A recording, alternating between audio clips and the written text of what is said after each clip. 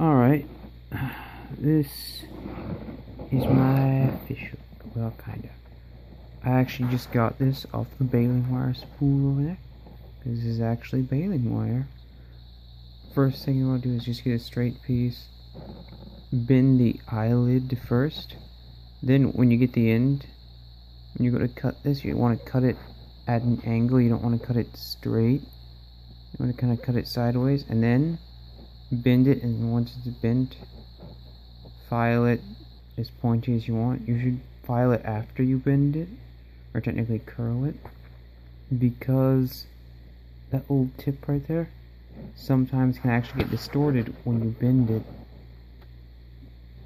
But yeah, something interesting enough, baling wire isn't actually quite strong enough, but I have a lighter here. Ooh. There we go. Believe it or not, baling wire is thin enough that the heat conducted from this is so hot that you can actually turn it red hot in a couple of seconds if you hold it on here long enough. The only part you actually have to worry about is the tip of the hook, the curve part, and the eyelid are the only main pieces you gotta worry about with this hook. Or really any hook. I was hoping if I got it hot enough you could see when it turns red hot. It doesn't have to, it's just to show that these lighters can actually get these things pretty darn hot. Usually when it gets an orange haze around it is when it's starting to get red hot. Try to get this in really close. Oh yeah, it's red, then it goes back to normal pretty quick. I really want to get it towards red hot because it's just really cool to look at. Oh yeah. It's red for a second, but my phone's way too blurry for you to see it.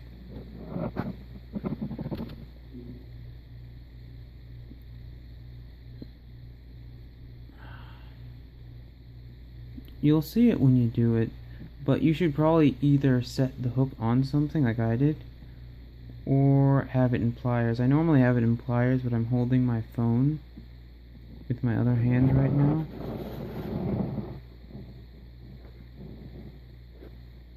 Just gonna hold that on there for a couple more seconds. Oh yeah, that was... Oh yeah. Drop that down in there. Another thing that I made doing this kind of heating method is actually a little tiny twist drill bit. I don't know how well you can see this. I don't know how well you can see this, but there's actually little tiny angles cut onto the end of this after I twist it, so it actually works like a real drill bit. And I also made a bore worm. For those of you who don't know, this is the way you unloaded a rifle way back in the 1800s when it was the muzzle loaded kind where you couldn't just pull it out. You had to get these special things. Alright, now I'm going to use it to grab this little guy out of here. Oh, shut up. Why does this have to be so difficult? Come on. Yeah. Gotcha. Alright. Now for the eyelid. I already dipped it in water, so it's going to take longer for the eyelid to heat up. But if you can hear that sizzling, that's the water cooking off of it. I've noticed that the tip of the flame on the lighter tends to be hotter than the actual blue part, which doesn't really make sense to me. But yeah, I guess it's just because all the heat underneath of it instead of directly on it would make it to where... You know, I'm not even going to try and explain it.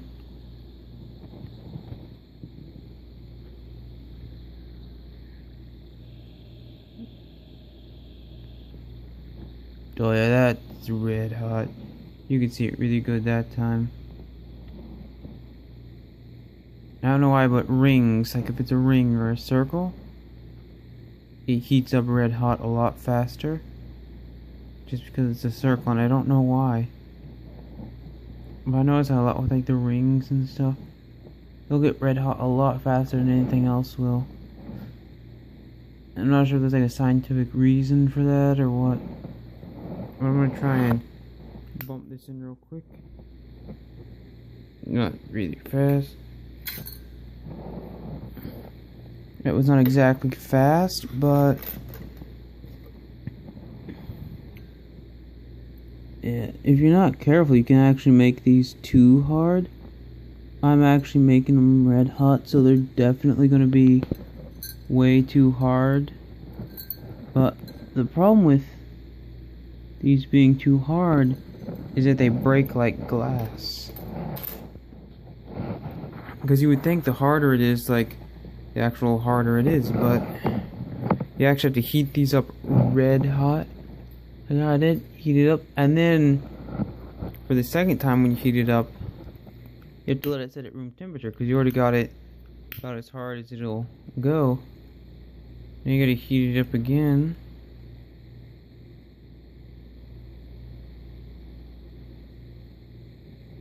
But this time,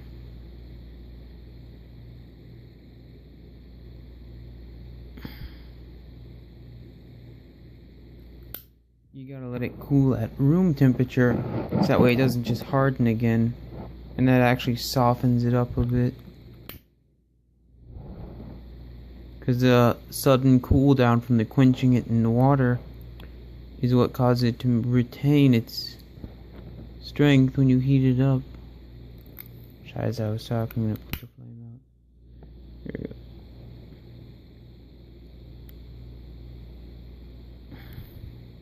So yeah, you heat it up, drop it the first time, and the second time, heat it up and let it air cool off, and that causes it to be just the right balance. So it's not super hard, but it's not super weak either. Now I forgot to heat treat the dip part right here, because I'm gonna have to heat that up and quench it now. But I let the rest of it cool off for a little bit, I guess. I'm not sure.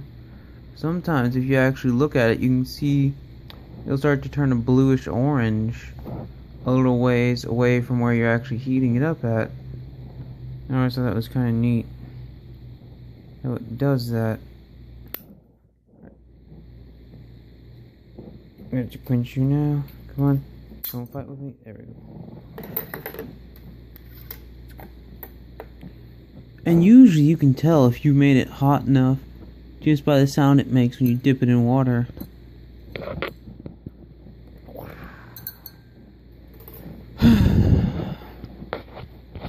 That sound is pretty unique to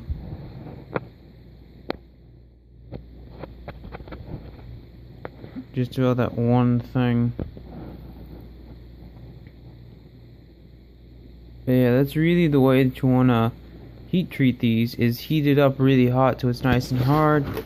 Then you gotta heat it up again, and then just let it air cool is the right way to do this. I just heat treated the curved part. If you actually look, it's bothering me because it's swaying.